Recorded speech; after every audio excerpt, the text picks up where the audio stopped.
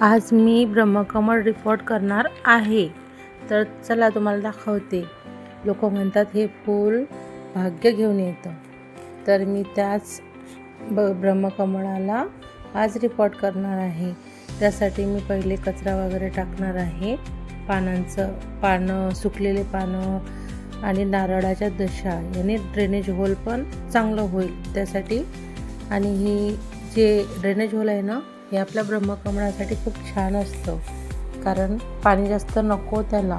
ब्रह्मकमळ हे पानांनाच येतं आणि पाणी हे ते सुकलं ना माती तरच द्यायचं, तेव्हाच द्यायचं, तसं नाही द्यायचं.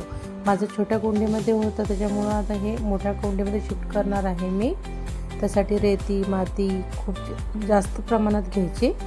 माती कमी घ्यायची, रेती जास्त घ्यायची, कारण ड्रेनेज होल आपल्याला खूप जास्त लागेल. माझी रेती माती मिक्स आहे, तरी पण मी थोडी रेती टाकलेली आहे त्याच्यामध्ये एक्स्ट्रा. आणि महिन्यातून ह्या पानांवरती एकदा स्प्रे मारायचा पाण्याचा आणि स्वच्छ करायचे. याला खत मी DAP देणार आहे, याच्यामध्ये टाकणार आहे थोडंसं, आणि वर्मी कंपोस्ट पण टाकणार आहे. हे फूल आपल्याला जुलैमध्ये मिळतं. जुलैमध्ये येणं सुरू होते आणि नोव्हेंबरपर्यंत थांबतं यायचं, त्याच्यानंतर नाही येत मग फुलं. आणि हे एक पान जरी कट केलं ना, तरी या पानाला खूप सारे रोपं तयार होतात. या पानाचे मी पण तयार केलेले आहे, त्याच्यामध्ये पान कट करून लावलेलं आहे, तर त्याला मुळं आलेले आहेत. बघा, हे बघा, तुम्ही बघू शकता, मुळा पण किती छान आलेला आहे. 1 महिना पण नाही झाला याला मी लावलेला आहे कट करून.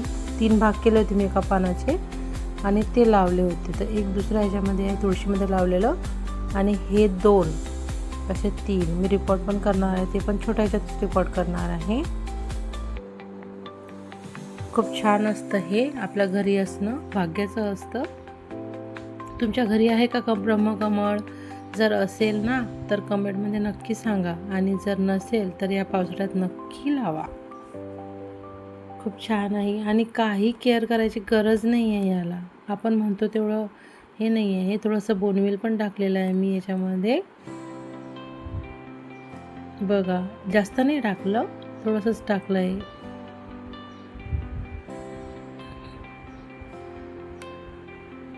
त्याला पण सपोर्ट पण द्यावा लागतो. सपोर्ट नाही दिला तर आपण ते असं खाली खाली गळतं ते पानं, त्याच्यामुळे सपोर्ट देणं हे खूप गरजेचं आहे त्याच्यासाठी.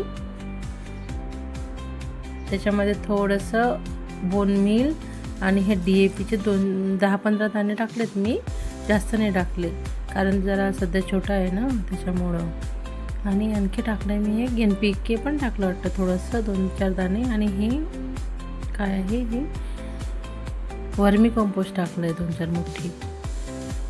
त्याच्यामुळे आता त्याला चांगलं हे होईल ना. आता हे माती टाकून देत आहे. खूप मोठी कुंडी होती, खूप माती लागत होती याला. 2-3 वेळा बनवावं लागलं मला ते मातीचं. चला, तर रिपोर्ट झालं आहे आता. तुम्ही पण असंच रिपोर्ट करा ब्रह्मकमळ. त्याच्यामध्ये थोडीशी निमखली पण टाकले तरी चालेल, पण ड्रेनेज होलचं लक्ष ठेवायचं.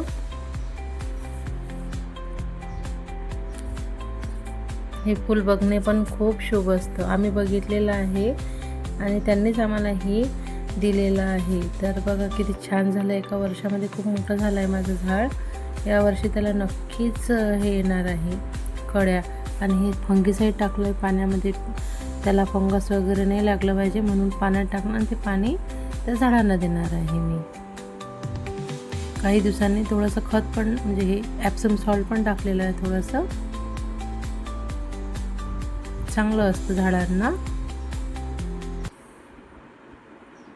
त्याच्यामुळं मी टाकलं, ते मिक्स करत आहे.